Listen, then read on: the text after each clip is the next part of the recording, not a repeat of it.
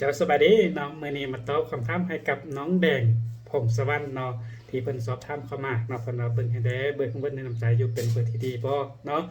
สำหรับเบอร์ที่น้องนำใจอยู่ถือว่าเป็นเบอร์ที่ดีแล้วซึ่งเปิดหน้าโดยคู่เลข51หรือ15ก็จะเป็นเรื่องของวิชาการหรือว่าแนวคิดเนาะเก่งในเรื่องของการศึกษาหาความรู้ใส่ตัวเองในเรื่องที่เฮาเฮ็ดอยู่ต่างๆเนาะถือว่ามีความพัฒนาตัวเองอยู่เสมอก็จะเฮ็ดให้เฮานั้นก้าวเข้าไปสู่สายอาชีพที่ดีได้และต่อมาในเบอร์ของน้องก็ยังมีคู่เลข55จะส่งผลให้ผู้ชายนั้นชีวิตเจริญรุ่งเรืองเป็นคนที่มีคุณธรรมมีเมตตาสติปัญญาดีใฝ่กันเห็นโหบ่ว่าจะเฮ็ดหยังเฮาจะเป็นคนที่มีความรอบคอบมีการวางแผนเป็นขั้นเป็นตอนให้สูงขึ้นหรือว่าดีขึ้นและต่อมามีคู่เลข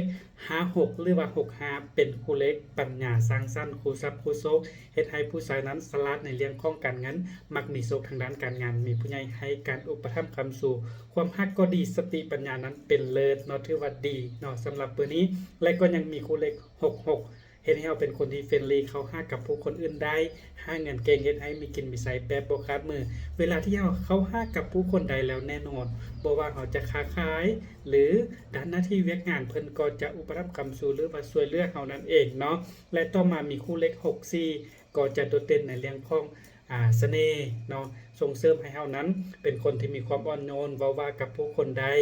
และก็บ่ว่าเฮาจะไปอยู่ไส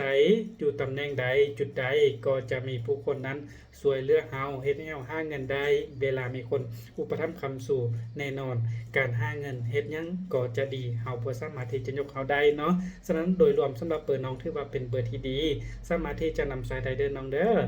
สำหรับท่านใดเองที่สนใจอยากรู้หรือว่าอยากวิเคราะห์ความหมายของคู่เลขในเบอร์ที่ท่านนำใช้อยู่สามารถพิมพ์ไว้ใต้คอมเมนต์นี้แล้วเลขจะมาตอบให้กับทุกท่านเด้อสบายดี